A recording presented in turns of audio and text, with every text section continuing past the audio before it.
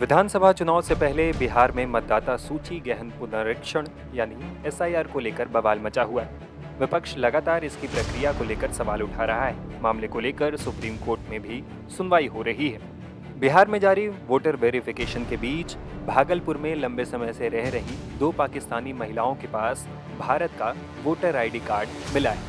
ये मामला तब सामने आया जब इलाके की बीएलओ को बिहार सरकार के गृह विभाग की तरफ से एक चिट्ठी मिली थी। इसमें बताया गया था कि आपके बूथ संख्या पर 2 महिलाएं हैं जो दूसरे देश की हैं। तत्काल उनका सत्यापन करके मामला सही पाए जाने पर उनका नाम वोटर लिस्ट से हटाने की अनुशंसा करें। खास बात यह भी है कि वोटर आईडी कार्ड के अलावा दोनों के पास आधार कार्ड भी मिले हैं। मामले को लेकर बीएलओ फरजाना खानम ने भी जानकारी दी है। उन्होंने एक मीडिया चैनल से बातचीत में कहा, 268 नंबर बूथ पर मैं बीएलओ के रूप में काम करती हूँ। मेरे पास गृह मंत्रालय से 11 अगस्त को चिट्ठी आई थी। इसमें बताया गया था कि 2 महिलाएं दूसरे देश की हैं।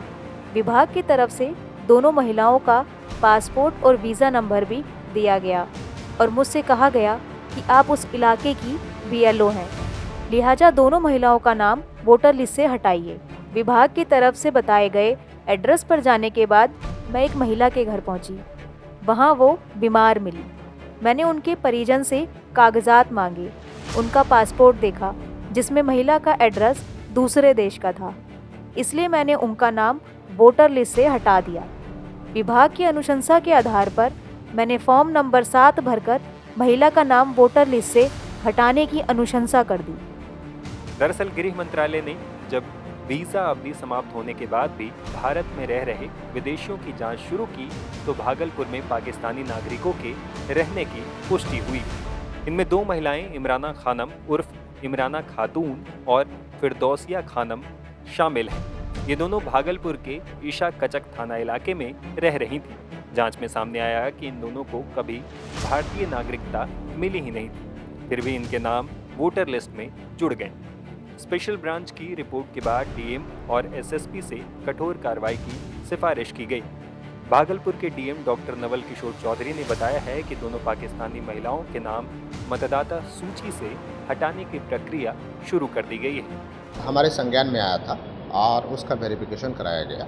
वेरिफिकेशन के बाद उसका फॉर्म 7 जो नाम हटाने के लिए प्रक्रिया है, वो प्रक्रिया प्रारंभ है और समय अवधि पूरा होने के बाद सुनवाई के बाद उसको भी हटाया जाएगा। वहीं फिरदौसिया खानम के बेटे मोहम्मद गुलौज का कहना है कि उनकी मां का जन्म 1945 में हुआ था और वो यहीं रह रही हैं। उनका कहना है कि सभी दस्तावेज जमा करने के बावजूद रिपोर्ट में गलत जानकारी दी गई है। बेटा है, बुढ़िया आखिरी चरण में जी रही है। वो अब कब वो मृत्यु होगा उसका वो तो भगवान जानता है। और किसी तरह कोई बात नहीं, हम एक सामाजिक आदमी भी हैं और एक खानदानी आदमी भी है और खामखा का ये जो है लोग परेशान कर रहे हैं। इसके लिए हमको वहां से बुलाया भी गया था। हम वहां गए, हमसे जितना कागज मांगा हम सब कागज उनको दे दिया और उससे हम मुक्ति प्राप्त किया। लेकिन आज संयोग से सवेरे सवेरे कुछ लोग आए हैं, मीडिया वाले हैं, तो हमसे पूछ रहे हैं, तो हम उनको ये बात अपना साथ में गुलरेज खान मेरा नाम हुआ। ये जो फिरदौसिया जी हैं, ये कौन है? ये मेरी माँ है। ये अभी कितने एज की हैं? 82, 83 क्यों? देखिए इनका 1/1/1945 में जन्म हुआ है। ये इनका डेट ऑफ बर्थ है। रिपोर्ट्स के मुताबिक फिरदौसिया मूल रूप से मौजूदा समय में बांग्लादेश के रंगपुर की रहने वाली हैं।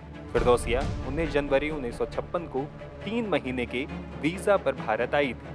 उस समय बांग्लादेश को पूर्वी पाकिस्तान के नाम से जाना जाता था।